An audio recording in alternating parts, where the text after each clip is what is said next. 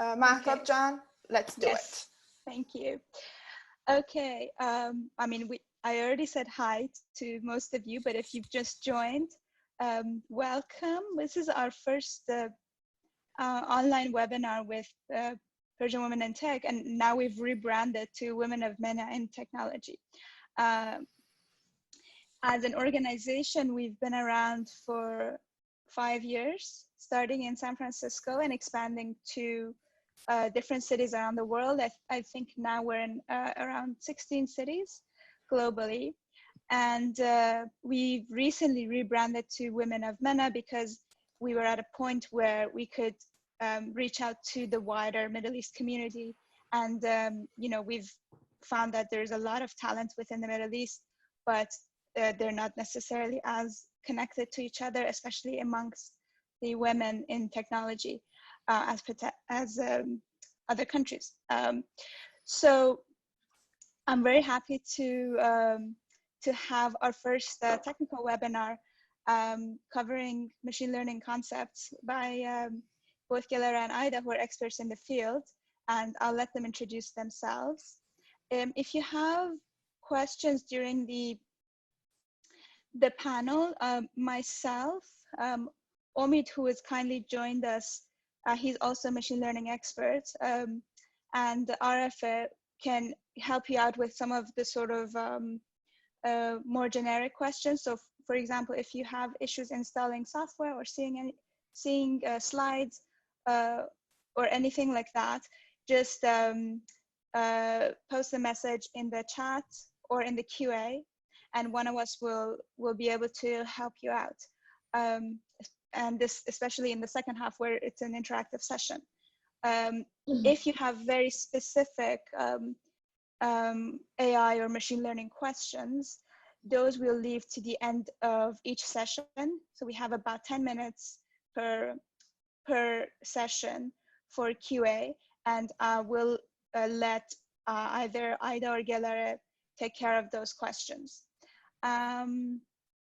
Without further ado, yeah, welcome. I'll let our speakers take over from here. Okay, thanks, Mahtab Jan. Thank you. All right.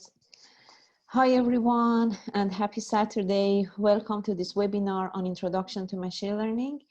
And my name is Gelareh, and I'm a senior data scientist at CognitionX. I've done my bachelor and master degree in computer engineering and artificial intelligence, and I'm currently doing my PhD in computer science at Vienna University of Technology. In 2015, I joined industry, and since then, I helped a few tech startups to shape their products. Here is my Twitter and LinkedIn info. Let's get connected in there, especially in Twitter. I always try to tweet and retweet recent updates about machine learning, AI, and natural language processing. All right, so about this webinar. This webinar has designed for those of you with basic background in machine learning who are beginners actually. And unfortunately, we are not going to cover advanced topics in this webinar. So if you are a beginner, you are in the right place. We try to cover most of the topics which will suit you in the first and second part of this webinar. So this webinar is going to have two main parts. The first half will be running by myself, which is an introduction to machine learning. It will take about 30 to 35 minutes. I'll talk about what is machine learning, what are machine learning approaches, and how machine learning process works. And then we have 5 to 10 minutes Q&A, and then I hand over to great Aida. She will go you through a practical example in Python. You will learn how to apply what you learn in the first part of this webinar in practice. And you will deal with one of the interesting application of breast cancer classification. You will see how you can implement it by yourself. And then again, later on, we have 5 to 10 minutes question and answering, and then we end this event. All right, so let's start with what is machine learning. I'm sure most of you have noticed the importance of machine learning in your daily life. Like, for example, Every time you're working with web search engine like Google or Bing, one of the reasons they're working so great is because behind the scene, there is a machine learning algorithms helping them to rank those results very good for you. Or when you use Facebook or Apple photo tagging applications, you can detect yourself, your friends, your moms, your families, detect the emotions. They all also having machine learning algorithms running behind the scene for them. Even in your inbox, you can see you have different emails coming to different category in your email inbox. It's not just having ham or spam, but either you have also other categories for your emails. And that is also one of the benefits of machine learning that you're using all the time. And also, I'm sure you have heard so many news about the advances in medicine, especially in cancer detection. And we always hearing some of the great news about how machine learning community helping the medicine community to come up with new discoveries. For example, one of the recent advances who MIT scientists discovered last year was predicting breast cancer 5 years before it actually happens, which was a great breakthrough. Okay, so let's see what is machine learning definition. When it comes to definition, we would say machine learning is an application of artificial intelligence that provides systems the ability to automatically learn from experience without being explicitly programmed. So what does that mean, automatically learn from experience without being explicitly programmed? Let's have an example for it. I'm sure all of you are familiar with this famous game, rock, scissors, paper, or we said سنگ کاغذ قیچی. And let's see how our brains would realize which image means what. For example, how we would learn the right-hand side image is paper, the middle one is scissor, and the left side is rock. How our brain work out to realize which means what. Well, our brain learn through examples. We learn through experiences.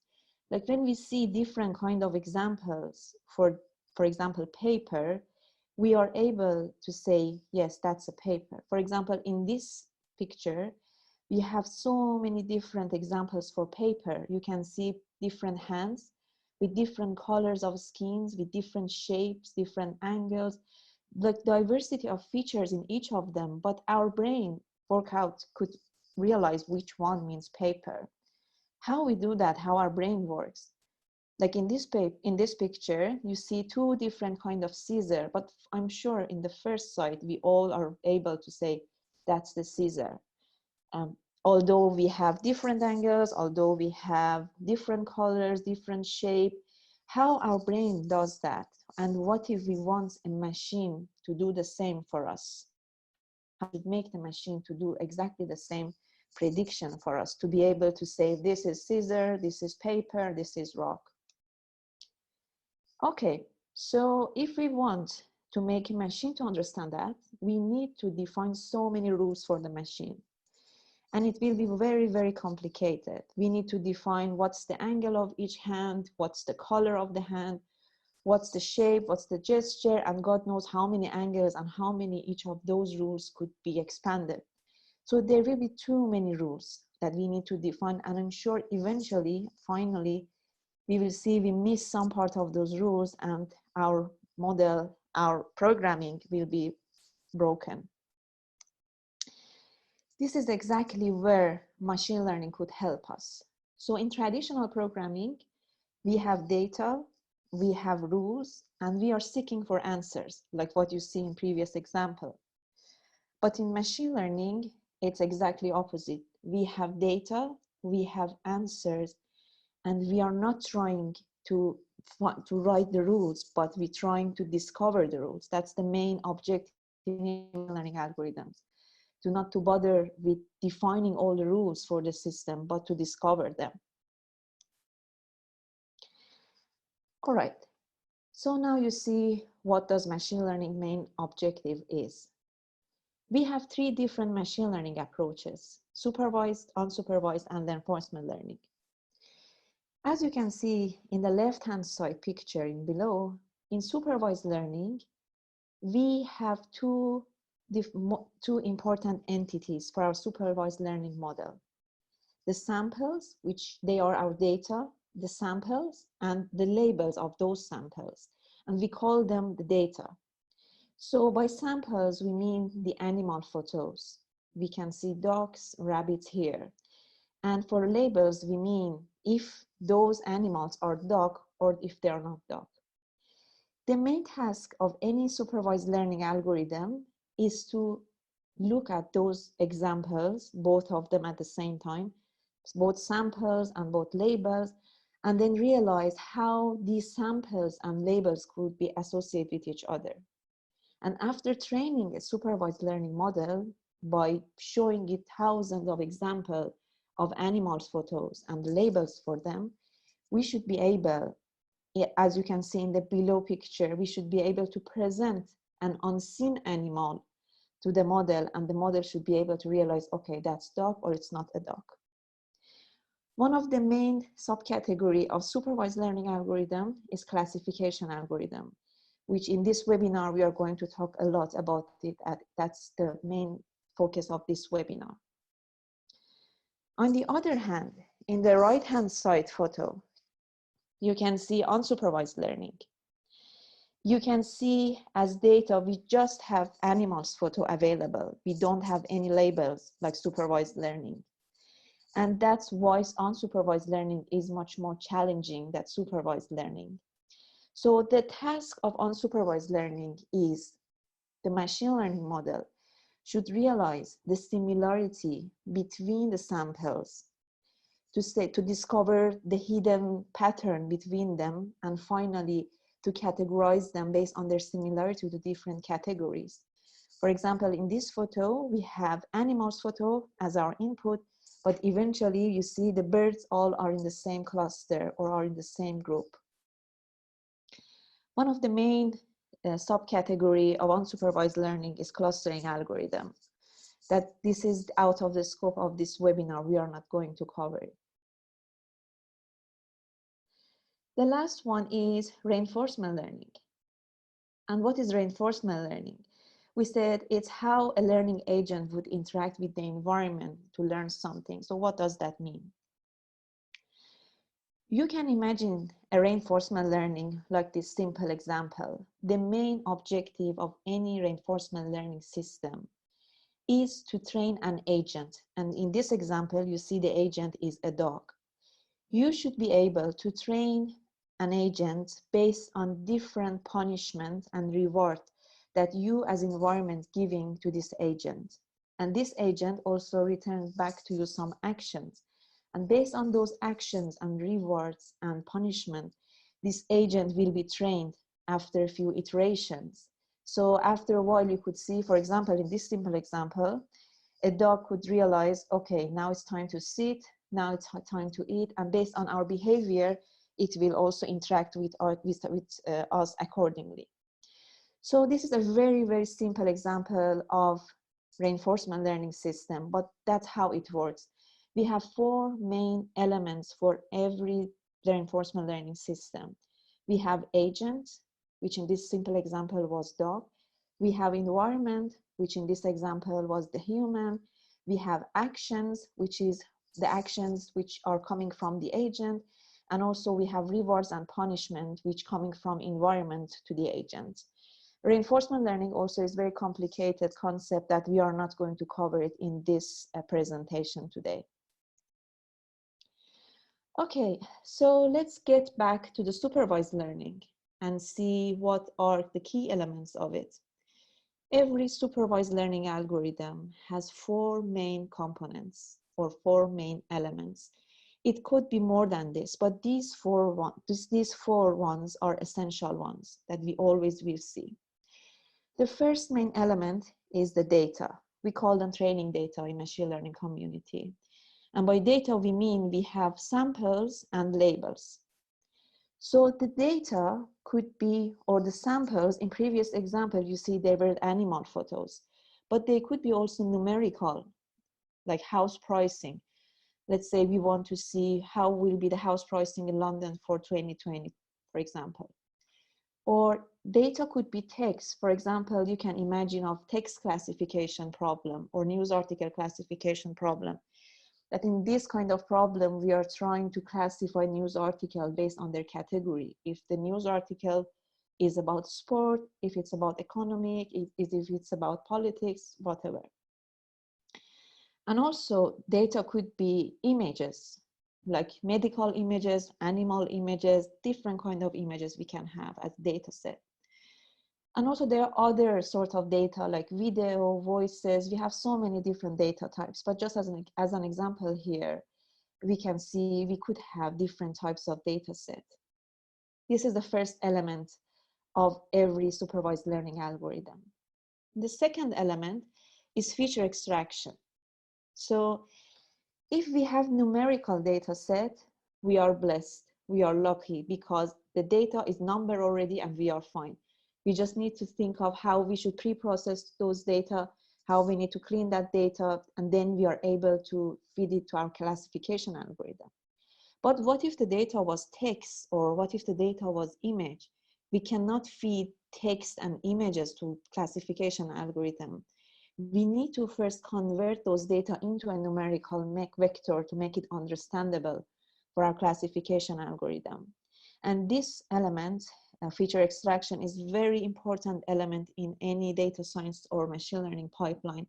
We have so many different algorithms for it, but we are not going to cover it in this webinar. In this webinar, as you will see in the second part, we will take care of numerical vector. So we shouldn't be worried about the feature extraction part. Element number 3 is a classification algorithm. We have so many different classification algorithms, from decision tree to random forest, support vector machines, neural network, k-nearest neighbor. We have so many different classification algorithms.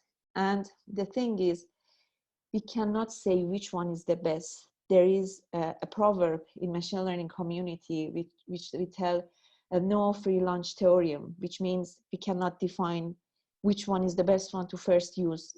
We always need to think of what is our data, how is the nature of our data, how many training data sets that we have, what's the amount of the features that we have, and then we experiment all of those classification algorithms and see which one is the best one for us to use. In this webinar, we are going to focus on decision tree. I'm going to give you an example about that. And in the second part, Aida will cover the practical part for you.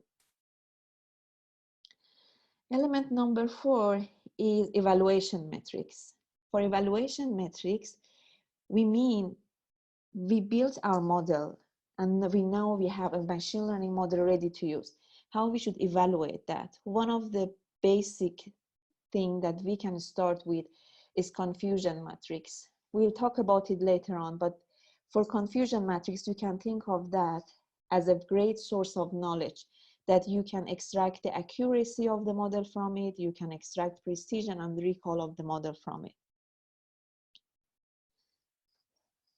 Okay, so now we discussed about different elements in any supervised learning process, in any supervised learning algorithm. Now we are going to see what is the process, how we should start with a machine learning problem, or here with a supervised learning problem. So we have 5 main steps, and definitely we have a step 0, which is the most important one here. You need to first define the problem. It's very important to understand the problem properly. What is the main objective of the problem? What should you predict in this problem? What kind of problem you are facing? Is it supervised learning? Is it unsupervised learning? Do you have enough training data? And if you have training data, do you have labels for it? Because, you know, if you don't have labels, you need to think of other approaches, like, for example, unsupervised learning, or thinking about data collection. If it's a classification problem, is it a binary classification, which means is it a yes, no, or is it 0, 1 outcome from this classification, or it's not, it's a multi-class classification problem. That's the 0 step that you all need to think about before you start working on the machine learning algorithm. So we have step 1, which is data collection. If you're lucky enough and you are provided with the data, you are fine. You don't need to be worried about step 1.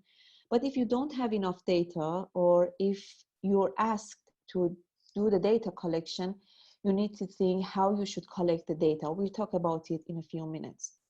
Step 2 is about data preparation. So now you have your data ready to use to present it to your machine learning model. But no data set is perfect. You always need to look into in your data and see if you have messiness in your data, to clean your data, if you have missing value, if you have categorical data, how are your features. We are going to talk about this concept in a few minutes, don't worry about that. But I mean, we need to see how our data is. We need to prepare it, as the name represents, for our machine learning model to understand it. Step 3, as I mentioned before, we have feature extraction. Depends on the type of the data we have. We need to convert that data into a numerical vector, especially if we have image, if we have text. We always need to think of a numerical vector or numerical representation of our data, because that's the only way that our classification algorithm can understand that. And at step 4, we have model fitting, or we can call it model training, or we can call it learning models. That, as I mentioned, decision tree will be the focus of this webinar. We'll see how we can train a decision tree based on some certain data set that we have. And then the model evaluation, which is the confusion matrix. As I mentioned, we are going to see how we can extract accuracy, precision, and recall from it. Mostly, Aida will cover model evaluation in the second part of this webinar for you. Okay, let's start with step 1, data collection. So as I said, if you have data ready to use, you don't need to be worried about anything. But if you still need to think about data, you should be creative. You should think, how can I collect more data? Here is 2 examples. For example, let's say you have a conference this year, and you want to see how was the satisfaction of your conference attendees, so you can predict the next year attendees. How you can do that, like the very simple way, is providing some surveys to the participants of that conference. You can ask them if, you can prepare some question, ask them if they were happy, what you can improve in the conference, what should be removed.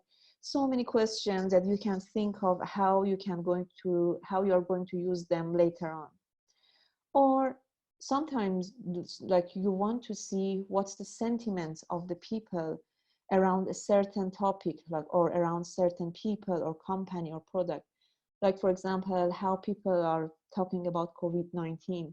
You need to gather data from website. You need to do scraping. We call it scraping or crawling. You need to gather the information. You need to read the website and gather information to be able to provide that data ready for yourself.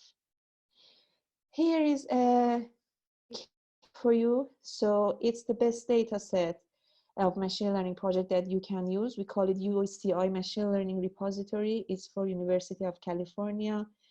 You can see we have different kind of data set in this repository, from different types of data set, different types of machine learning problems. Like, you can see supervised, unsupervised reinforcement learning, different kind of applications, different kind of data with different kind of feature. You can always look up in this machine learning repository. Here is the URL, and you can have a look later on to see how you can use them in your experiments.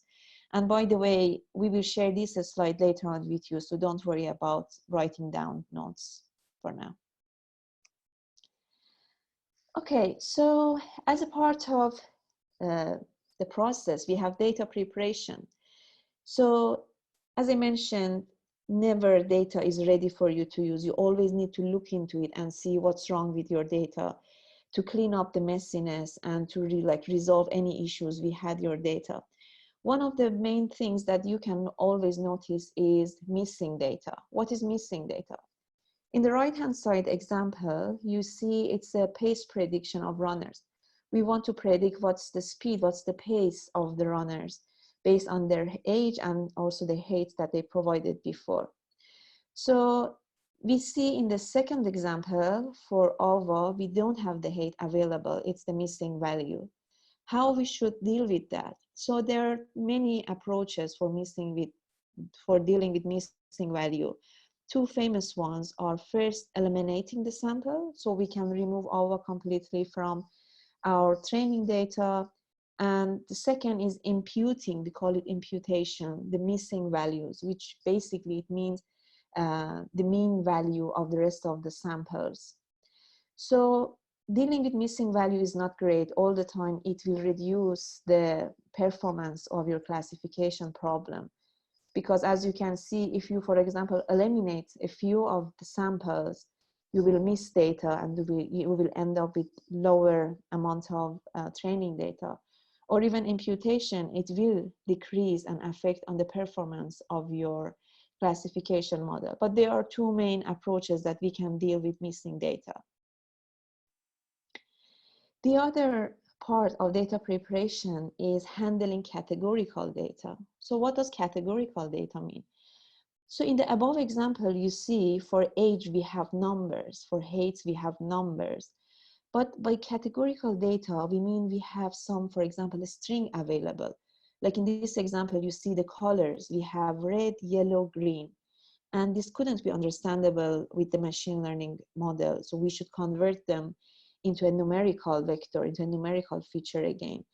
One of the most employed techniques for it is one-hot encoding, which means in this example, which is very simple, we see how many features do we have, how many samples do we have. Here we have red, yellow, green.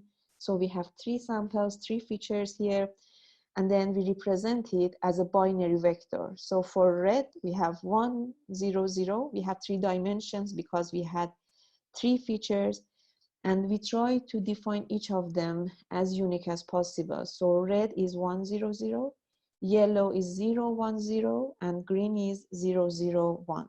They are all unique, and we have 3 dimensions for all of them. Of course, it could be much more complicated. We can have thousands of these features available here, so we will end up with thousands of columns with this binary table. But there are other techniques that we can deal with that huge, sparse, and like very big matrices that we are not covering it here today in this presentation.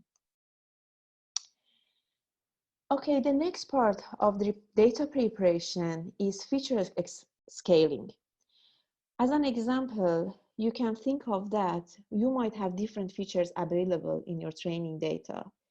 For example, weight, which is in kilogram scale, and height, which is in meter scale. So these two scales, they are not comparable with each other. You cannot compare 2 things with different scales. There are 2 main techniques for dealing with scaling of the feature, which are normalization and standardization. Both of them, what they've done, they are rescaling your feature between a certain range. For example, with normalization, you rescale both feature of weight and height between 0 and 1. And also, Aida will cover this feature scaling more in details in the second part of this webinar. The other part is feature selection. So what does feature selection mean? So you can imagine one of the application of classification problem, like cancer classification, for example. What if your data is the genome of human, or we call it microarray data set? And microarray data set, we have 100,000 of features available for it. And when you want to do the cancer classification, it's going to be very complicated because you present all of those 100,000 of features to your classification model to be trained on. And it's not great to do that. You should always think of classification problem, like how you want to train a baby's brain. So you wouldn't let the babies learn about different and complicated stuff. You always try to remove noises, you always try to remove messiness, and you present the best part of the learning process to it. It's exactly the same with machine learning model and with classification algorithms. When you have huge number of features available, you definitely need to remove the irrelevant and redundant part from it. And of course, you need to keep the same performance for your classification algorithm. So this is a very important step, but we are not covering this in this webinar. Feature selection itself, it could be a very big concept, and we have so many different techniques to dealing with feature selection. Okay, so the last part of the data preparation is splitting data. What does that mean? Anytime that you train a machine learning model, you should think of splitting your data into two main parts. We call it training data and testing data. Like in above example, you see, you split your data into train and test part. Why we should do that?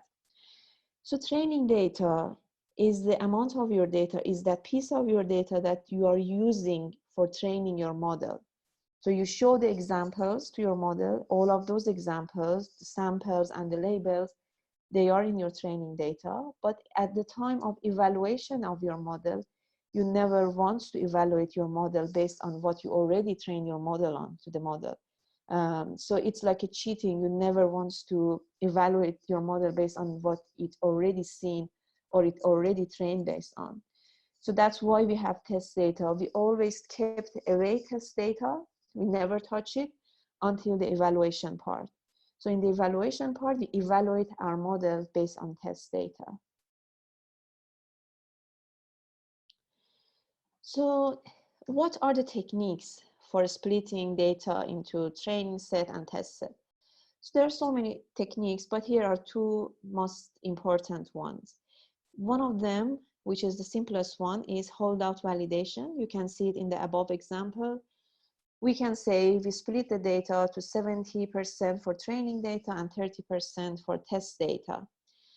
These numbers, they are not fixed. It's just a best practice. It could be anything, but we all normally, like data scientists or in machine learning communities, people using these numbers, 70% for training data and 30% for testing data. This is a holdout validation approach. We have other approach which called k-fold cross validation. It's way more, so I would say it's way more accurate and better way to evaluate your model. What we do in this part is we split the data into k-fold. Let's say k is equal to 10 in this example. And as you can see in this example, we train our model based on the 9 folds that we have, and we test it with one remaining test fold. So we have 10 folds available. We train our model based on the 9 fold, and we test it with the one remaining fold. And we repeat this for 10 next time. So we rotate the test fold over our data. So every time, I mean for 10 times, we train our model based on 9 folds and we test it with one remaining node. And then we average between these 10 iterations that we applied on our data, and we have a better way of evaluation of our testing set.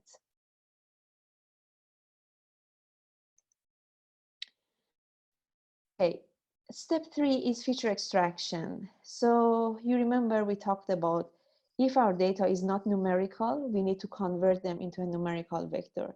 There's so many different approaches for that, and depends on your data type, we have different approach. But for now, and for here, in this webinar and this example, let's have a look if we have text data available.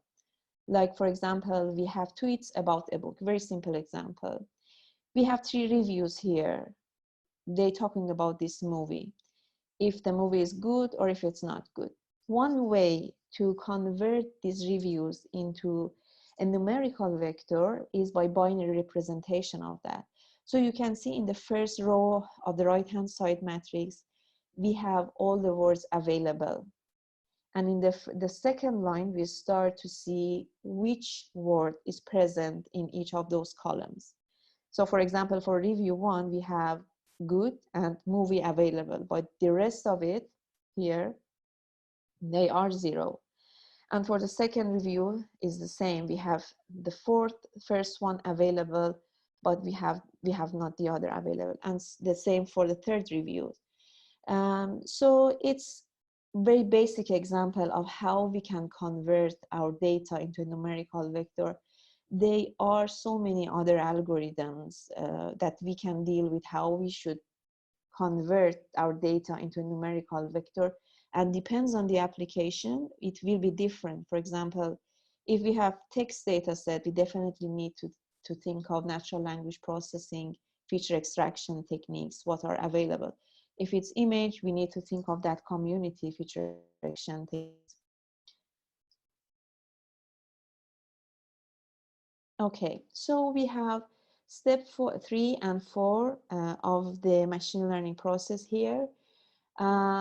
We have different learning models, and as we mentioned a few times, we have different classification algorithm from decision tree, logistic regression, naive-bayes classifier, nearest neighbor, to neural networks, deep learning, and so many recent advances in learning models. And as I mentioned before, we are going to cover decision tree in this webinar. So I'm going to talk about how we are going to solve a problem with decision tree, and then Aida will cover it for you with a great example in breast cancer classification, how decision tree could be useful when you're dealing with a complicated problem like breast cancer classification. But before I start telling you how decision tree would work, so let's have the final look at the evaluation metrics. So as I mentioned, conclusion matrix is like a very great source of knowledge for you for any classification problem. You can extract accuracy, precision, and recall an F1 score from it. Aida will take care of that in the second part of the presentation. But for you just now, you need to know these confusion matrix is built on top of the test data sets. And also we can call it performance measurement matrix. Okay, so let's see how decision tree works. So first of all, you might think, why decision tree? Why we need to start with decision tree in this webinar? And why it's important? And what is good about decision tree? What's not good about decision tree? So the very first good thing about decision trees is they are mimicking our judgment, our human level thinking. So if you look at the decision tree, you can see exactly your brain does it. And they are explainable. So in the right-hand side example, you can see, you can explain the decision this tree made as human. It is a while that in other machine learning algorithms, like support vector machines, or like, for example, in neural network, it's like a black box. You never could understand what's going on inside those algorithms. But with decision tree, it's great that we can see what's going on and what's happening. For example, to just have a feeling of what decision tree is, here you can see like an application for bank loan. You go to the bank, you request for a bank. So this decision tree decides if you are going to have a loan or not. The first question it will ask you is the income range of yourself, for example. If it's below 30K, then you will check with the criminal records. If it's between 30 to 60K, then it will ask you how many years you've been in your current job. And if you've been here for this current job more than 5 years, you definitely get the loan. If you've been in this job between 1 to 5 years, it depends on the credit scores, then you will have the loan or not having a loan. And also, if you have more than 70K salaries, so you'll check again with the criminal records. So it's very clear how this decision tree works, but how we build this kind of trees, how these nodes, how these rules, how we should build such a trees. Let's have another example here. So in this data set here, in this table, you see we having a car type classification. Based on the age of the car and the family type of the car, we can say if the car is high class or if it's low class. So let's see how we can classify it to high class or low class. We have three main elements in decision trees, which are features which coming from the nodes. We have links. These are links here, which define this decision of or the rules. And we have leaf, which you can see here as in circle. They give you the final outcome. It could be categorical, like here we have high and low, or it could be a continuous or a real number value. For example, in this example, you can see if the age of the car is below 27.5, we can classify it as high. If it's more than that, and the car type is a sport, you can classify it as high. You need to go this way. You first start with the age of the card all the time, and then you evaluate the card. You need to look at the card type, and then you go to the left-hand side, which you can see you have a high class car type. And also this age, the age of the machine is greater than 27.5, and the car type is not a sport, so you have a high class car type. So let's see how we build this decision tree. The example here is this data set. This data set, we want to see, can we play tennis outside based on the weather? So this is what we need to understand at the end, if we can play or if we cannot play. And we have 4 different features available: outlook of the weather, temperature, humidity, and if the weather is windy or not.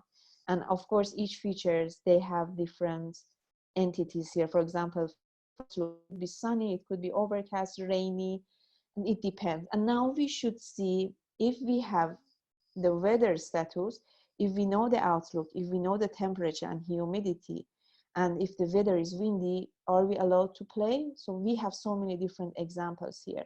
Let's see how we can build the tree. Before I start, you should know that we have different types of decision tree. Based on the metric that we define those rules, they are different. We have card and we have ID tree. So each of them uses different metrics to define those edges in the tree that I just showed you. We are going to work with ID tree that we are using information gain as a metric. We will see what information gain and entropy means in a few seconds. So to create a tree, we need to have a root node first. By root node, I mean the node that we need to start first, and then see how we should define the rules. So here in this example, you will see we have outlook, temperature, humidity, and windy. Which one we need to start? That's a big question. Should it be random or we should define it? So definitely it should be something that we should decide which one is the best one to start. How we do that? We do that by calculating the information gain for each of these features here. What is information gain? In a very high level, it means measuring how much information a feature gives us about the class. The outcome of the information gain will be a number. We are not digging into how we calculate it. What's the equation? We are not going into details, but we have numbers as the outcome of the information gain. Okay, so in this example, for example, step 1 is to calculate the information gain for all of the features that we have here, for outlook, for temperature, for humidity, and for windy. We have these numbers from the information gain. Again, I'm mentioning that we are not covering how we calculate this. In the final slide of this presentation, there is an equation that you can have a look later on. But for now, we see that outlook has the highest information gain. So it means we can start with outlook here.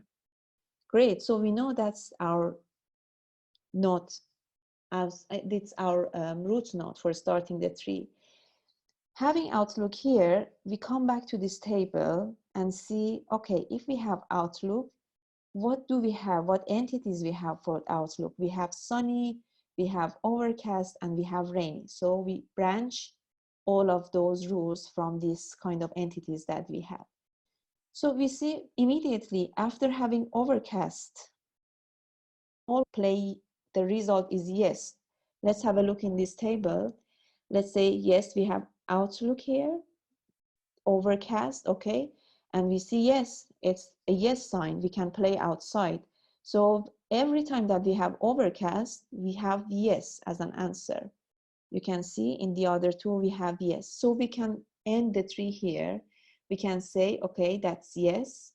So we don't need to be worried about overcast. What's the next feature we should start with here and here? So we always, that's good to know that we always start from the left-hand side. So we need to repeat the same thing that we've done in step 4. We should calculate the information gain, and we calculate the information gain with the remaining features, temperature, humidity, and windy. And we see humidity is 97.5, sorry, 97%. So we start with that.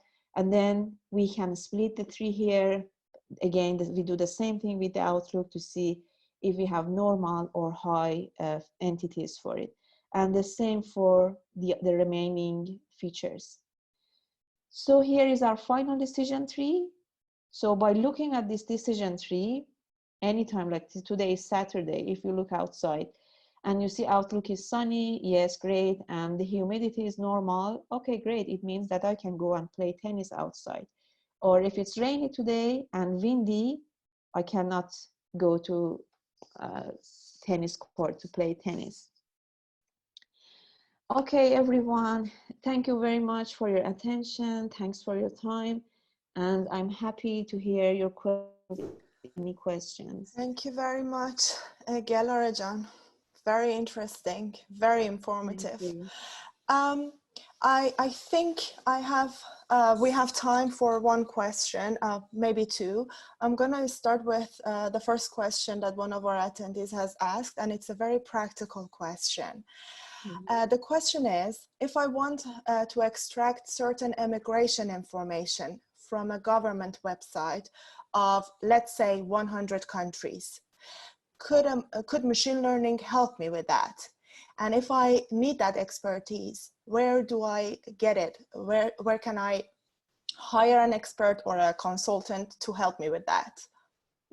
Great. Yeah, so to that question, yes, of course, it's possible. Machine learning could help you.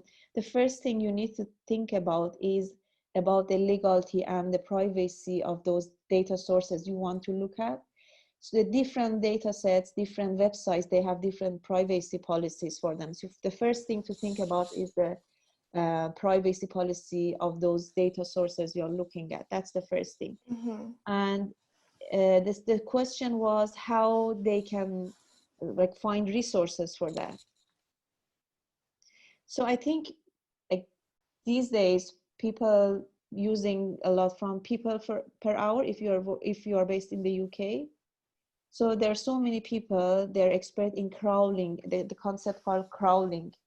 There are so many people actively working in this area. They can do it in two ways. Automatically, they can crawl those sort of information for you, or they can do it manually for you. It depends on like your budget and their expertise as well. And also, by the way, I'm not sure if I can talk more about it. There are so many AI companies based in London.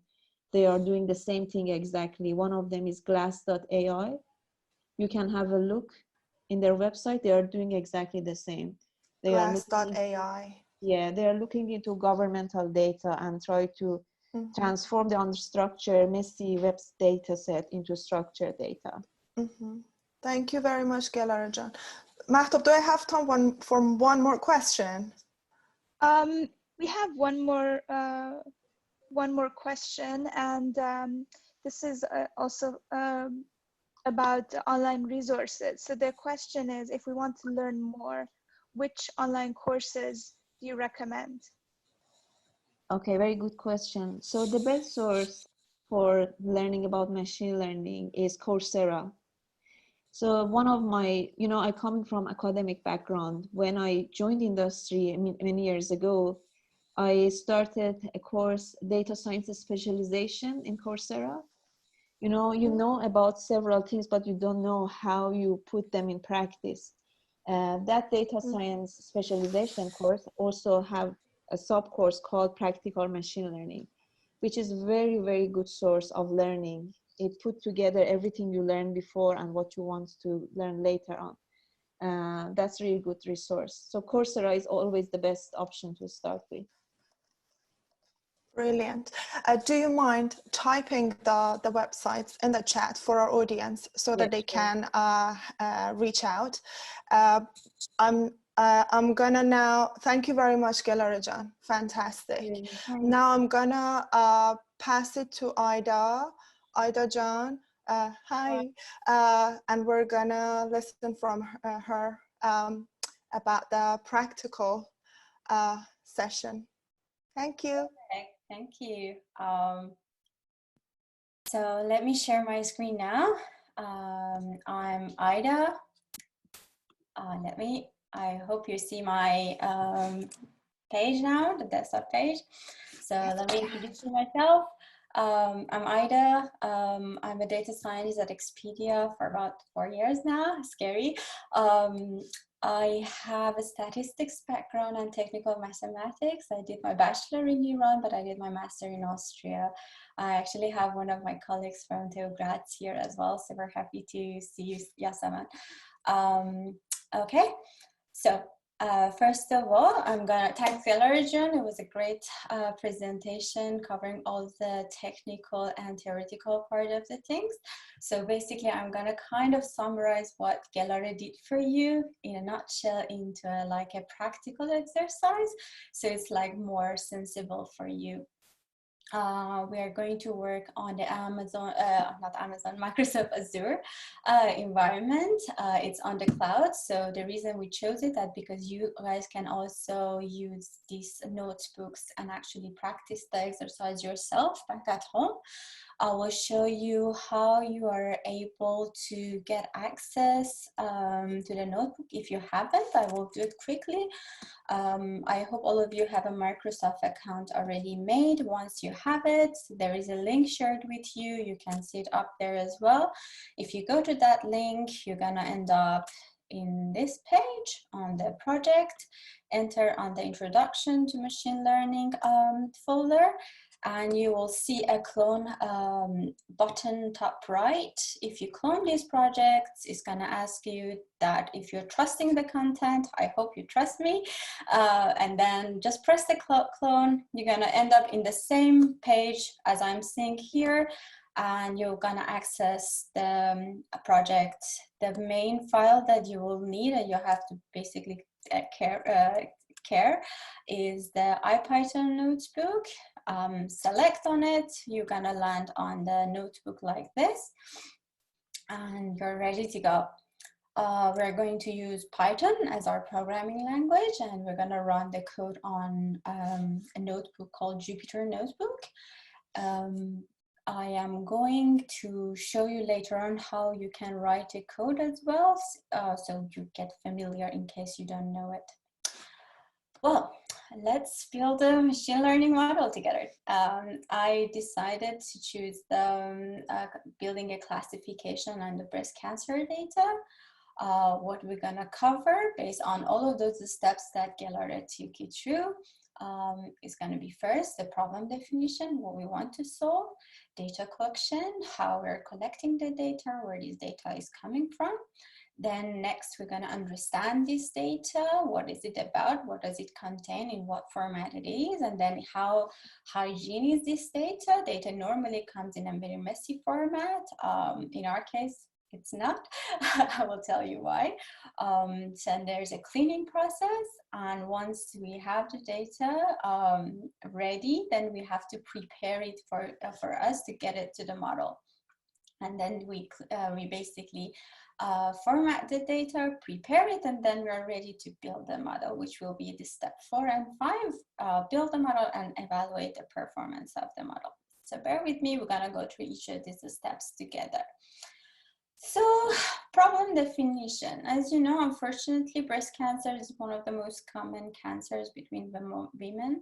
And so it's a very critical and important and significant problem to look at. Hence, our decision to choose it, to kind of show you how it is important, and actually, if you're learning machine learning, how you can contribute to the health society in order to find better solution to diagnose cancers. So this is our problem we want to solve it. In order to solve it, we're going to need some data. In the reality, if you're in a business, if you're in academia, either the data exists or it doesn't. So you need to plan out how to collect this data, basically going to, for example, talking to the doctors and then say, okay, I want to solve this problem. Do you have this type of data in hand? In case you have it, share it with me. Or no, working with a doctor to actually start collecting those data points that you would like to capture.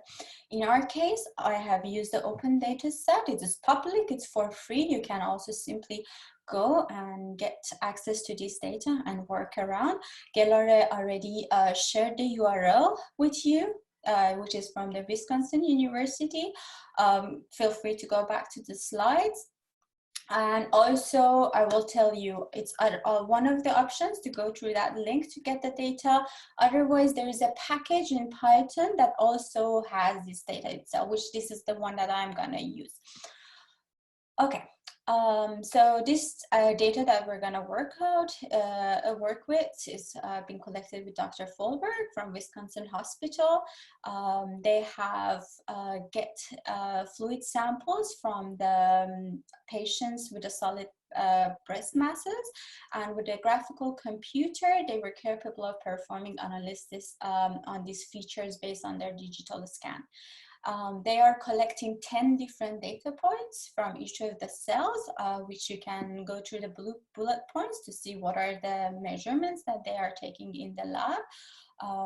And so this is the raw data that's going to look like. And once they were collecting this data from the patient who were having cancers or not, so they could also label this data set for us and saying like, okay, this patient with this measurement, they had a malignant cancer, and the other person, in the other hand, with this information, no, it was a benign cancer. So we have some information, and then we know also the labels at then if they were actually ill or not.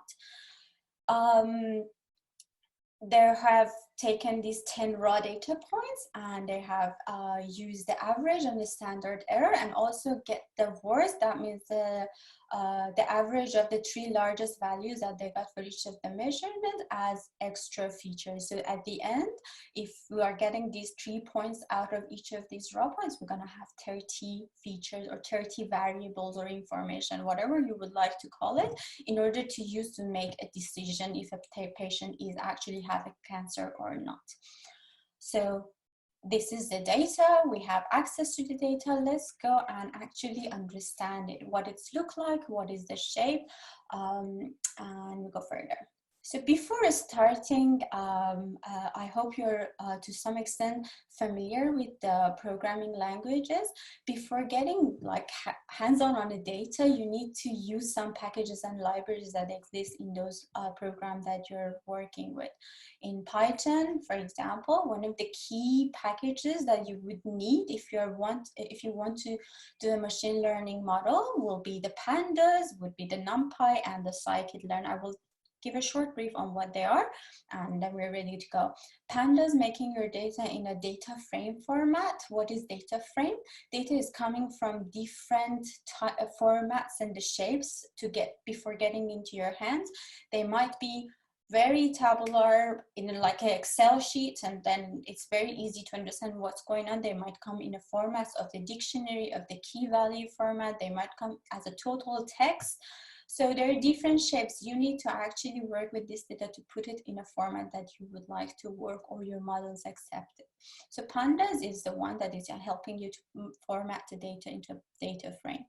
NumPy is a package that works with arrays.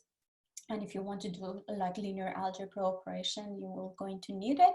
And our beloved scikit-learn is like, it's gonna, if you want to do machine learning in Python as a starting point, scikit-learn is the best package that you could go to.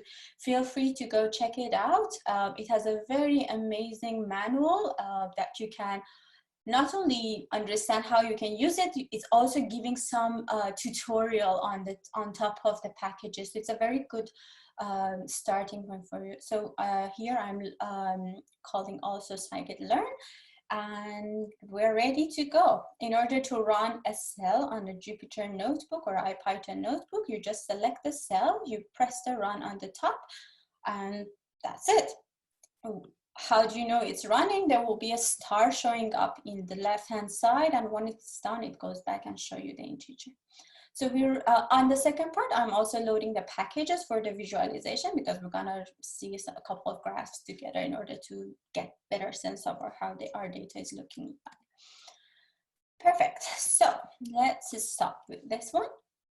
Okay, as I mentioned, I'm using the open data set that is actually already in the scikit-learn. There are a couple of data sets that you can get access to. Feel free to check out.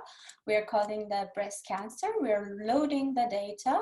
Data in Python is coming in a dictionary format. By the dictionary, what I mean is contains of a key value. What do we mean by key value? That means exactly like a normal encyclopedia or a dictionary that you're working with. You're looking for the synonyms of a word. You go to the dictionary, you look at the word, and then there is a list. So that word is going to be your key, because this is what you're looking for. And there all the synonyms and definitions that is coming out of that search is going to be your value. So the data is coming in this format for us. I'm going to show you what I mean. We are loading the data, we're naming it a data, and then we call the keys. So what are the keys here? We are having description, target, feature names, target name, and the data. I'll tell you what they are. Description is a description of the data that we have. Target is those labels of malignant and benign that I was telling you. Basically, it's a diagnosis. These are the values of 0 and 1 that we have. Then we have a feature names, that these are those 30 features that we just discussed about in terms of like it's the texture, the area of the cell that they have captured. And these are the target names. That means if they were malignant or benign, and the data is actual values of those numerical values that we have captured. Bear with me, I'm gonna show you what I mean. So we know that the data is contains of these like information. And this is how you call the values from a dictionary. So basically you do the data dot target names, the key, and it's gonna fetch out for you the information. There you go. So the target names, the diagnosis name is malignant and benign. And the actual feature names, what are the variables that we have collected, are here all like you can see them here. So these are the kind of names, and then the actual values of the data, you can see them here. Here are the labels, if they were positive, if they had a cancer or not, converted to 0 or 1, and these are all the numerical features that are look like an array here. In order for you to get, it's like data is here very practical computation wise to work with, but it's very hard for the end user to also understand and grasp and actually the data, what it looks like. Before going to checking for the hygiene of the data and the cleaning, I have decided to format it, use that pandas package that I mentioned to turn it into a data frame. It looks like Excel sheet. So for you, it's easier to understand how the data looks like. So these are the feature names that we discussed. These are the feature values. And at the end, there's a column called diagnosis, because I renamed it in order for us to understand it better. And that's basically that target name, and these are the target values that we have. Okay, so we understood now how the data looks like. Let's see what is the information that we get from this data. If you recall, Gelareh mentions that we need to convert the features that we have into numerical values. Sometimes data either comes in a categorical values, and then you have to one-hot encode them, or they are basically looks like integers or floats, but they have it stored as a text. So the computer gonna say like, I don't understand what you're talking about. So it's always good to know what are the types of the values that you have within your data set. In order to get that, you can use the info. And for our case, we're saying we're good to go. All of them actually stored very good in a float format, and the diagnosis is in an integer format. Next one, we're talking about missing data. So there are a couple of steps for the data hygiene. The type of the data that you saw, imagine if you have like each of these above in a different format, you need to basically convert them to the correct format so it becomes a numerical value. So this next one is like watching out for the missing values, especially if you're working with a small set of data sets. In some businesses, you have like gigabytes of data, terabytes of data. So missing 1 and 2 here and there is actually doesn't going to harm your analysis. But if you're working, especially in health data, normally it's very hard to collect this information from the patient. So every single cell is actually content, is very valuable for you. So you cannot afford actually dropping these cases and say, okay, oh, there was a missing value. For example, we didn't capture the concavity of that cell. Oh, let's drop the line because we don't have this information. But then you're gonna lose a lot of other information that you already captured from that patient. So you don't want to lose it. Let's check out if we had any null values in our data set. We have false, and the sum of the null, basically missing values against each of your variables is here 0. We took, in order to, for you to just understand the steps, this is a very clean data set. In reality, you need to check out for them. They will be existing, they will not be all 0 and nice and clean like now. So check it out and then take the step accordingly. Replace it with imputing it with the average of that value. There are multiple like options that you can take care of in that sense. And the other like things that you should watch out for is a duplication. Duplication is something, the logging error, they're like capturing or measuring things, and then there are sometimes 3 same entries of the same measurements in 3 rows. You need to drop these ones so you don't actually treat them as a 3 separate entries. So that means all of a sudden you have 3 formats of the same person, which they're actually one set of information. Another, for us, let's run the duplicated. We didn't have a duplication. This data has been cleaned already, but in reality, you watch for these steps, and then when you face it, then you're cleaning them up. There is another bit that we haven't, it's a bit out of the scope of this webinar because we were short on time. You watch out for the outliers, errors in your data. Sometimes it's a logging error, sometimes they're very rare event, so you don't want to confuse your model by having and throwing this type of information there. So watch out for your outliers. Let's go and have a check of, they call it exploratory data analysis. I am very interested to know what is the proportion of the patients in my data set with actually having melanin cancer or like a benign cancer. This is very important to know how much balance of those different groups you have in your data set. In our case, looks like we're fairly balanced. It's not equal, but it's fairly balanced because in the reality, in some of the business problem that you're solving, sometimes 90% belonging to one category and another one belonging to another category. So it's like 90% versus 10%, or even sometimes 99% versus 1%. And that's gonna harm your modeling because all the information that a model has is actually coming from the majority class.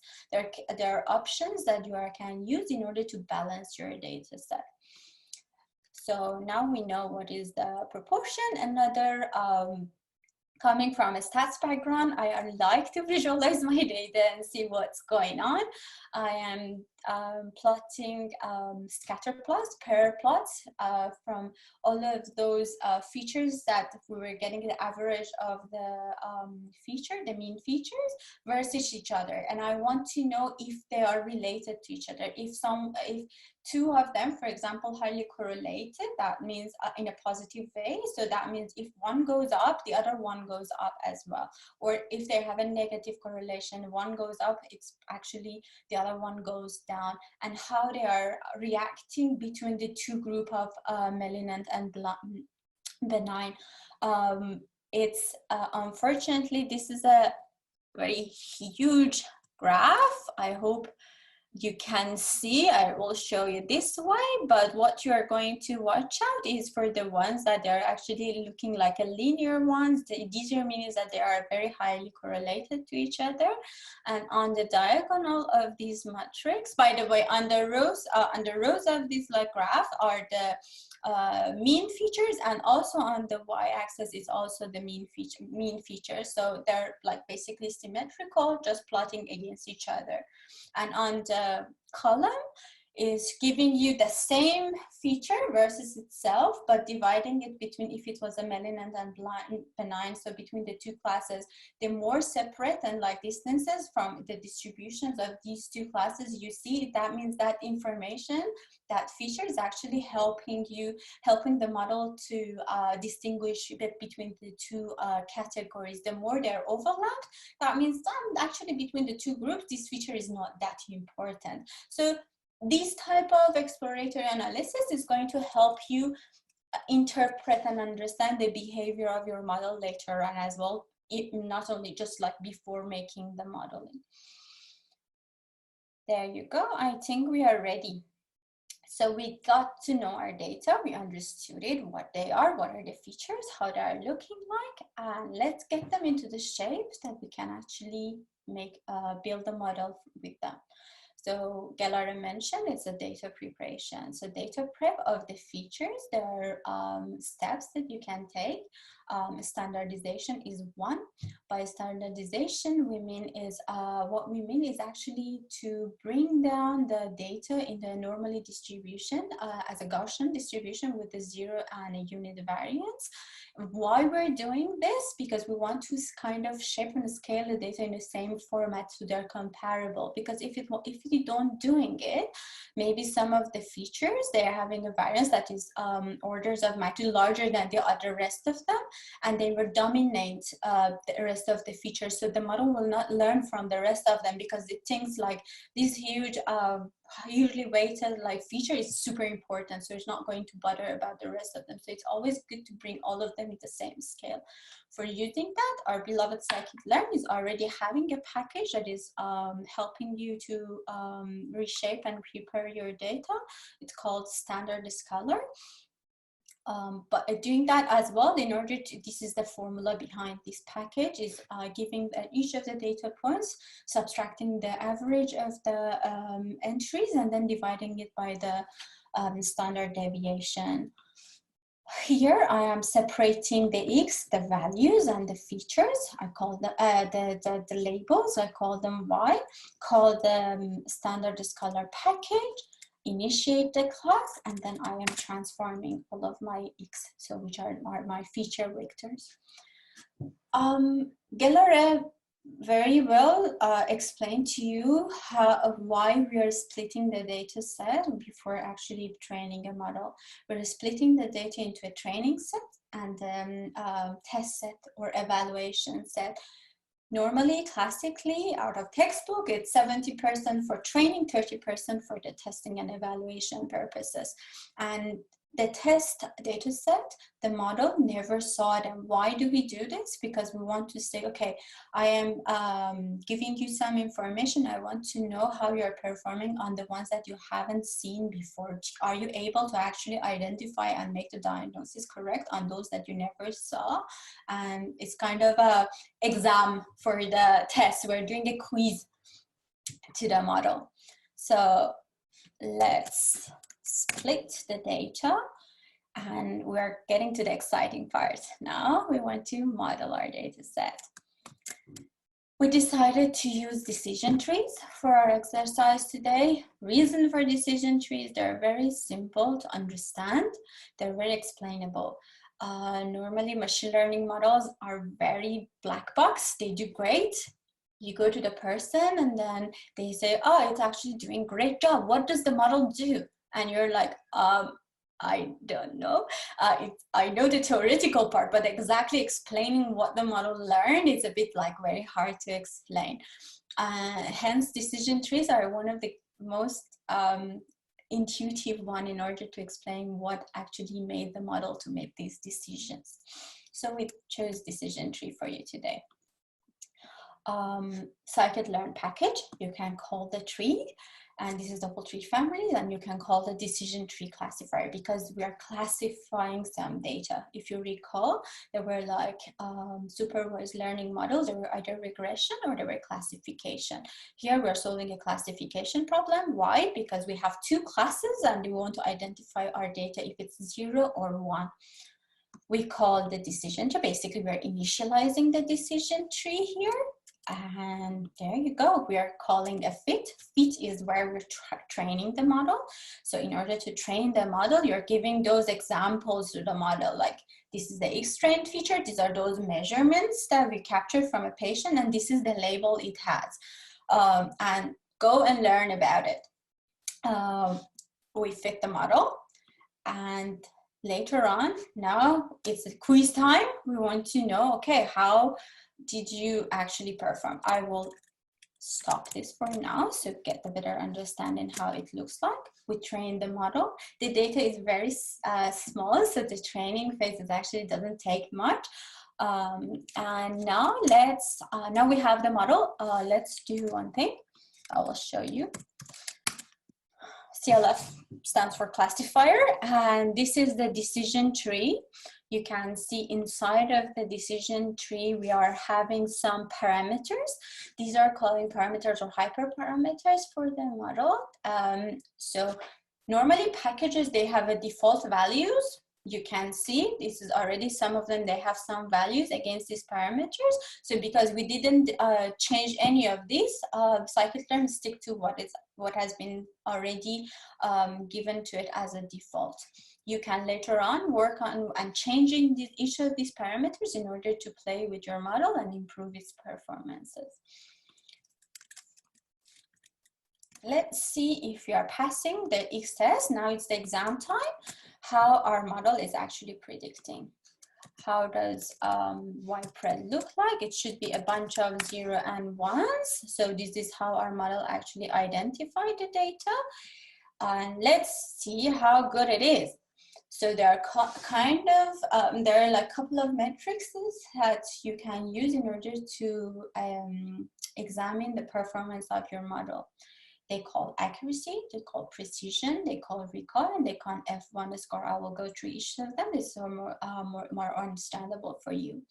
By just calling these packages from scikit-learn metrics, you're able to get these measurements without any problem. You don't have to calculate it yourself. However, the formula behind each of these, I written them down so you can understand what is going on in the background. What is accuracy actually? What do you mean if our model is accurate enough or not?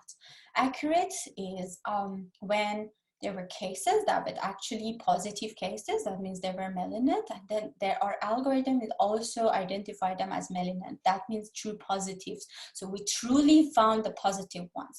And there are true negative ones. That means they were benign, and we truly found them. They are also benign. So these are all of our successful cases. How many times we successfully identified they were actually malignant or benign, and then dividing it by the total numbers. So this is giving us how accurately we're doing good. And then there are like two interesting subjects, precision and recall. They're very important because based on the problem that you are solving, you will need to know if you want to push your model to be more precise, or do you want to push your model towards like having a more recall. What do we mean by precise? Precision, that means like I want my model to be so have it at such a high precision and so accurate in that sense. Don't mixing up accuracy with the precision, but you know what I mean. That if I tell a patient is positive, it's actually positive. So I'm very precise in, I might missing some, I might not identifying all of them, but when I identify, I'm very sure they are correct. Recall, in the other hand, is kind of the opposite way. That means I want to capture as much as I can. So I might make mistake, but in the end, in the majority of the prediction that I made, I capture the highest number of them that they were positives.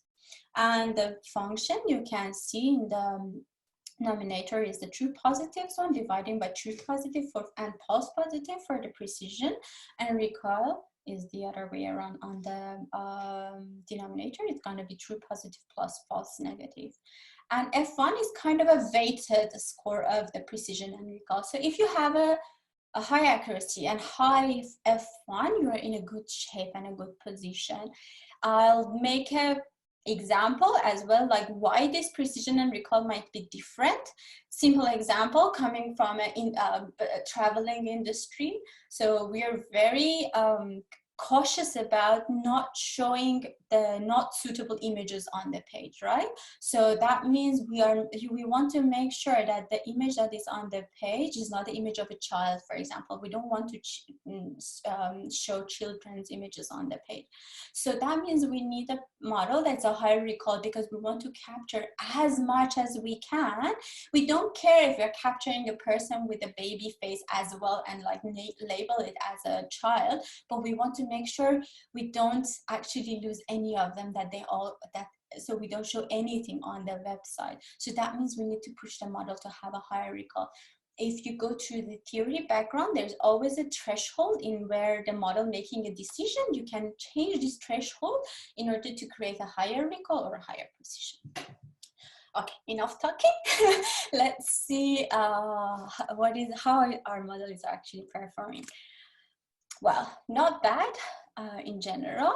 With a simple default model, we haven't done anything. We just called the package, we threw the data at it. We can see we have around like 92, say 93% accuracy. Precision is very high, recall is very reasonable, and F1 score is also good. However, it's always a but. There's always room for improvement and advancement, and there are ways you can do it, which I'm gonna show you. There's another concept in order to evaluate and understand your model called confusion matrix. Confusion matrix is a matrix that actually shows you in what parts your models did very good, in what parts it made mistakes, and it's helping you to understand in what areas your model is actually making confusion and is actually assigning it to the wrong label. Here, I turned the matrix to a heat map. So the darker it is on the diagonal, that means we are good. What does it mean? On the y-axis, we have the true labels. That means there was actually the labels that was in our data set. And on the x-axis, we have the predicted label that actually our model did. So if I go on the square top on the left, which is a 0 to 0, that means on the 60 cases of our data, they were actually benign, and we also predicted them as benign. However, there are like 9 cases that there were malignant, but we predicted them as benign. And if we go to the trees, so we are having a bit higher mistake in these ones, and in compared to the ones that actually they were benign, and we said they are like actually malignant. So 9 versus 3. So we are more weak on the 1 to 0 side, and on the tell me 1 to 1, we're actually doing a great job because the darker this as well. I am not going to run this cell because I have already done it, but if you want to install a package that doesn't exist in your Python, you can simply do exclamation mark pip install Python. I needed that in order to visualize it. As we mentioned, decision trees are easy one to visualize and understand them. So I said, okay, let's kind of visualize what we learned, what was the how is the tree that we learned looks like. And this is our tree. It looks like a tree actually. We have a root node, and then it's branch out and then leaves at the end. And it's easier to understand if you go to each of the cells. You can see the first question was, for example, the mean concave point. That means that was the point, the feature that actually gave us the highest information in order to make a decision. Jeannie Gelareh already explained for you, it's an impurity index. What is impure and what is pure? Pure is when in one node of you, all of your data is coming from one class. You gain more information actually when you have more homogeneous distribution of the data. So the more they're splitted and you are there, the more information that you get. And Ginny is helping you to create these purity and impurity. The more you go towards the impurity, then we're getting more information out of it. And as you can see, the more we're going down the tree, the Gini index is actually going towards the 0. That means we're learning better and better on where to split the data. Samples mean the number of samples in that node. Values are the number of samples belonging to each of the classes, and the class is basically what class was the highest number of the values there. So from what class of the data, malign or benignant, was existed in that node. It is a good model. We are happy, but there are always room for improvement in decision trees. And the most important thing and the factor for the decision trees is overfitting. They're very, very prone to actually get overfitted. Not sure if you know what overfitting means. I have an example here for you. So when we want to learn from the data and fit a model on them, we can either underfit them, like just fitting a linear line, and then so a couple of them we're getting right, but a lot of them we don't get them right. And then we have a model on the right side called overfitted that is actually learning every single data points that you had in your data, and it's doing a great job on the data set that you showed it.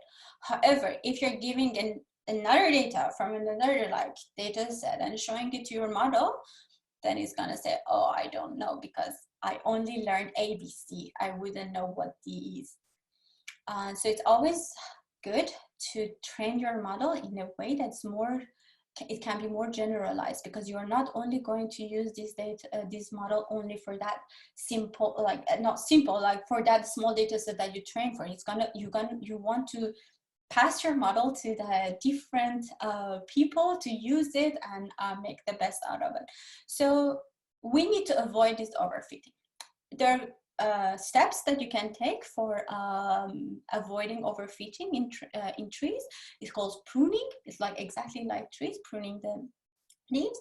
And by pruning means, for example, you can decide what is the depth of the tree, how further you want to actually do the splits here. Do you want to go through the splits on every single bit until you make the perfect decision, or no, you want to actually stop somewhere? So here I again call the same model that we had, but I'm changing the depth to 3. So I just so the root node is the depth of 0, and then we only want another tree to come down.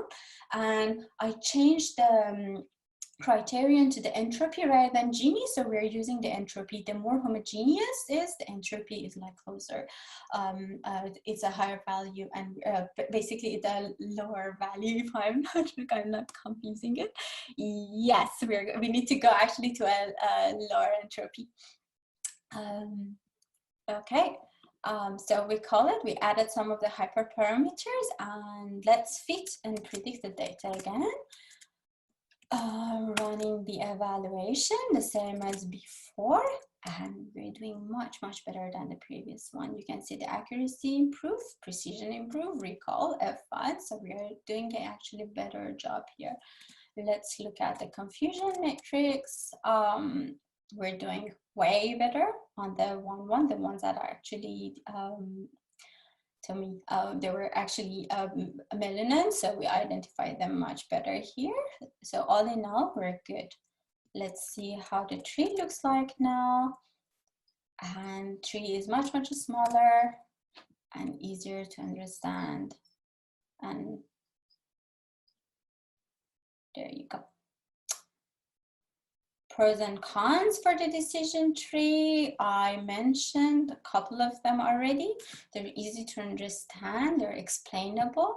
They have a little amount of data preparation needed in order to train a model, and you don't have like massive amount of data set in order to make. So the more data sets, it doesn't mean that you can improve the performance of your data. And the cons is the overfitting, as I mentioned. And also, if there is an imbalance in your labels, they're very sensitive to that one. So they will always go biased towards the majority class. You need to use some balance. Basically, there are some techniques in order to balance the labels in your data set. They're called upsampling, downsamplings. Go have a look. It was a bit out of a scope of this webinar. Perfect, we're done. I will stop sharing, or maybe, I don't know if you can see my last slide. Just tell me. Let me go back to Zoom so I can see you as well. We're still seeing your decision tree, Aida. Okay, so I will pause the sharing, stop the share. Thank you very much. Sharing the last slide with you.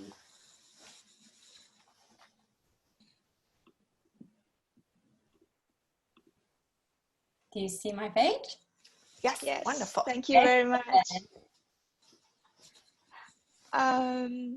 Should we move on to the QA session? Sure. So we have one question from Arafah. Not me, Arafah. the other Arafah. Arafah or Arafah? Arafah from DC is joining us today. Indeed, good. Yes. Hi Arafah, hi Arafah. Hi Arafah. Tell me. So the question is, how much does someone need to know about math and statistics to work as a data scientist and in machine learning? I wouldn't say that you don't need it at all. You definitely need to have some basic, and I wouldn't say even basic. You need the intermediate up to medium level understanding of statistics, but it's nothing that you're every day of your life you're gonna have a blackboard and pen and paper of solving the theorems and proving them. No, you don't need them. Once you know the actual concepts of how a models and what are the functions that you have to train, learning optimizations, you need to have some certain level of understanding, but you don't have to be super expert. I had friends that are coming from biology backgrounds and they're great data scientists. I have people coming, I don't know, from agricultural background, but they're great data scientists because they picked up the technical side and they have the domain knowledge that they're coming from depending on their background, and they're doing a great job in the sector that they're working. So it is a must to have, and you have to, but you don't have to have a degree of mathematics or computer science necessarily to be a data scientist. So would you say it's more important to understand how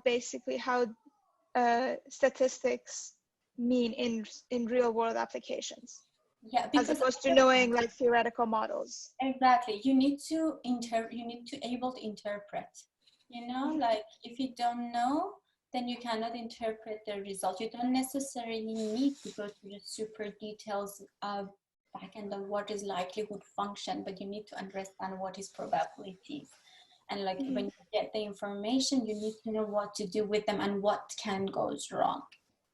And these are the things that you don't necessarily need to get. If you have a degree, then you have a solid background, but it's not the most necessary thing.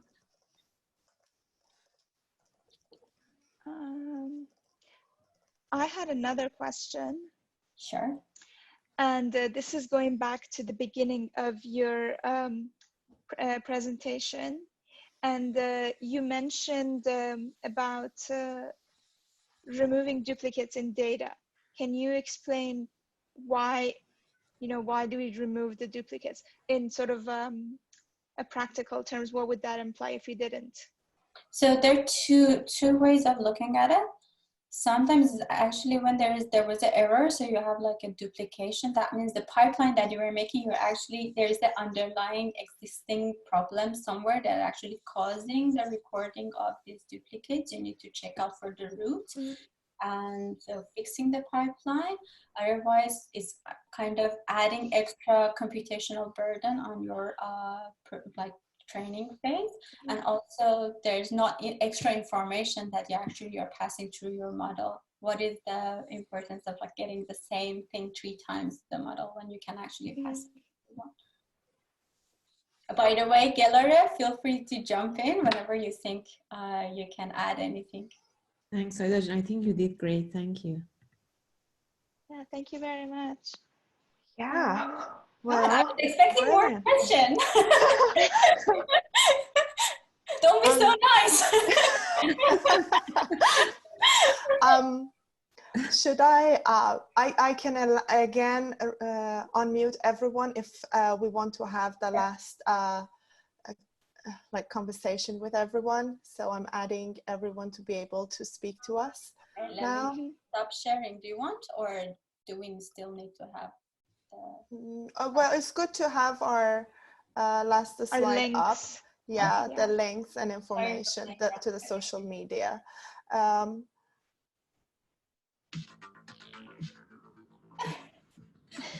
Oh, we have music.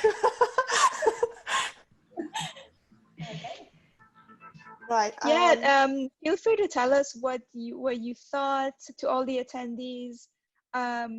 If how did you find the example with the Jupyter notebooks?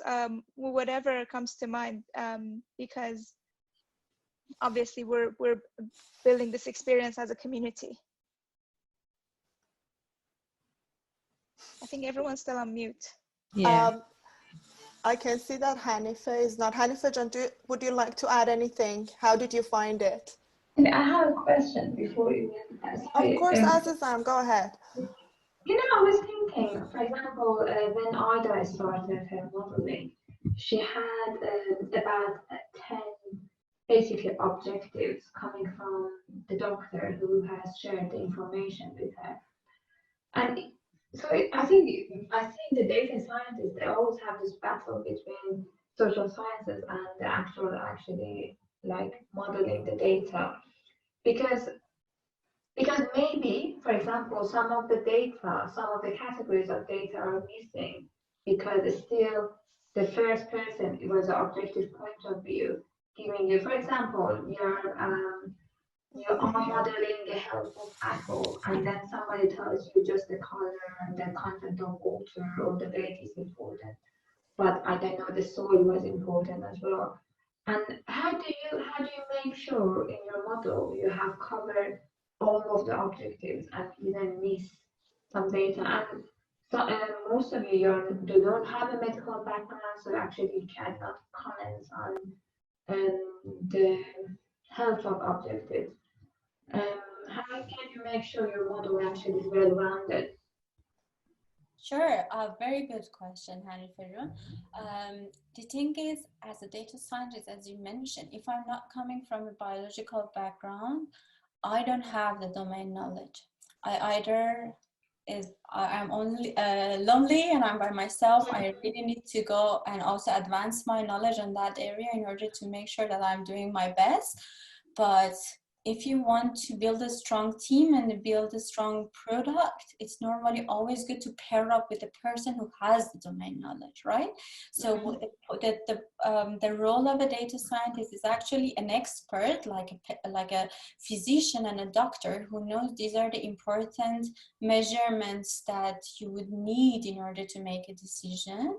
And the problem is, like, because they cannot manually learn them, they are very limited in terms of like making inference out of these data, then they will need a data scientist in order to do those computational and learning job.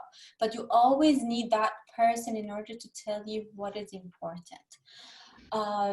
Say this is a basically a medical example, but as in my day-to-day job, for example, if I want to build a model that is something related to our sort page, the first thing first that I want to build a model, I'll go and check what are the signals that we're capturing on this sort page from a user, right? But from all of the times, I kind of, because working a long time in that sector, I become an expert, and then I get a sense of, oh, by the way, we're not getting any interaction captured on that side of the website from the user. So we don't know if a user actually loved the reviews that we showed or not. So I'm gonna go and actually tell the front-end engineer to start capturing and designing a format so we are going to get these measurements out of the page. So working with an engineer, working from a person coming from a domain knowledge. So it's not like a one-man job, never. Unless you are a unicorn. It's always a combination of the people hand in hand in order to make sure they capture as much as it is. I hope. Can I add something to that? Sure.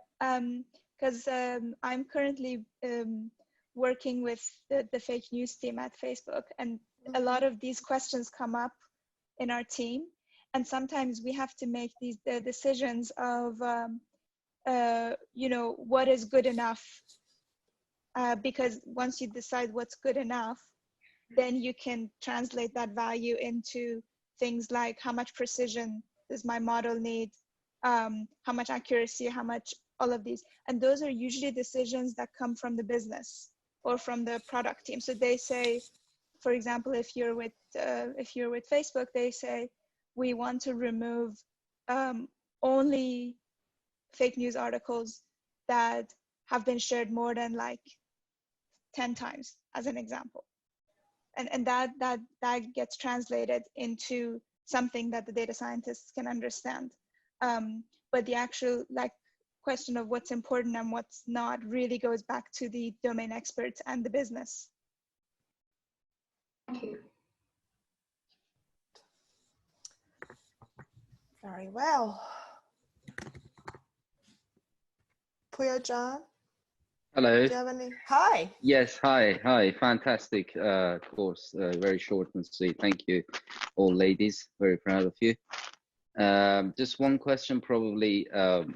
How do you differentiate? Because you have like your hands on the job. So how do you differentiate the data engineer role with the data scientist? I mean, I kind of, in the textbooks, there are, you know, it's in theory, people say different things, and in practice, I've seen confusion as well in the work space, but want to know your view. Thank you. Gelareh, do you want to take it? Yes, sure. So thanks for the question, Puya-Jan, and thanks for joining us as well. It's great to have you here today. So I would define it as, it's obviously this is my idea about that. I'd like to know Aida's idea about that. I would define it as two parallel lines, data science and data engineering. They never reach to each other. They're always different tasks associated to each other. It's like the more data scientists, they mostly care about the performance of the model, how to build the model, the feature engineering part, they're mostly involved in that part. Whereas in data engineers, they are mostly involved in the parts of how to collect the data, how to take care of the data, to make it ready for the data scientists to use it. So in my mind, there are always two parallel lines. They never reach to each other. There is no conflict at all. And of course, it depends on different organizations, different companies. They have different definition for data engineers and data scientists. That's my idea about that. I'd like to know your idea, Aida Jun. What do you think? Same. We're on the same page. I think it's very, very dependent on the organization, the company you're working for. Example of, I worked in a startup with only 18 people and the tech team being 4 people. And I'm working in Expedia now, which is thousands of people. In the startup, when the data engineer was not around, I was the second best person in order to do the job, because I know the data, I know the pipeline, and with getting my head around, I was able to actually do the job to some extent. I was not expert, it was taking time, but I was the closest person, as you could see. However, in Expedia, big organization, you have a lot of great engineers and support around, and then there's a data engineer, so he's actually creating the pipelines of the data, those capture either streaming data or backlog data. They maintain them, and then I only consume them. In Expedia, we do kind of very high level data engineering as well, because the data is not exactly in the shape that we would like to use it, even if the data engineers created those pipelines and maintaining those databases.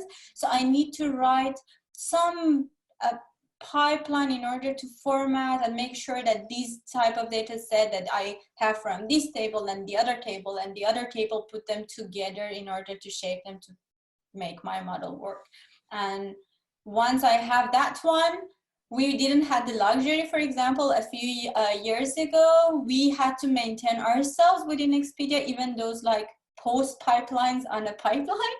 But now, even once you made those pipelines, you hand it over to the data engineer and you don't bother anymore. They take care of it. So they're close, but they're not the same. Also, we have a great data engineer in our attendees here. Bouquet, can you hear me? If we can have her response to it, that will be great. Hi, yes. Hi, Bouquet, how are you? Thanks for joining us.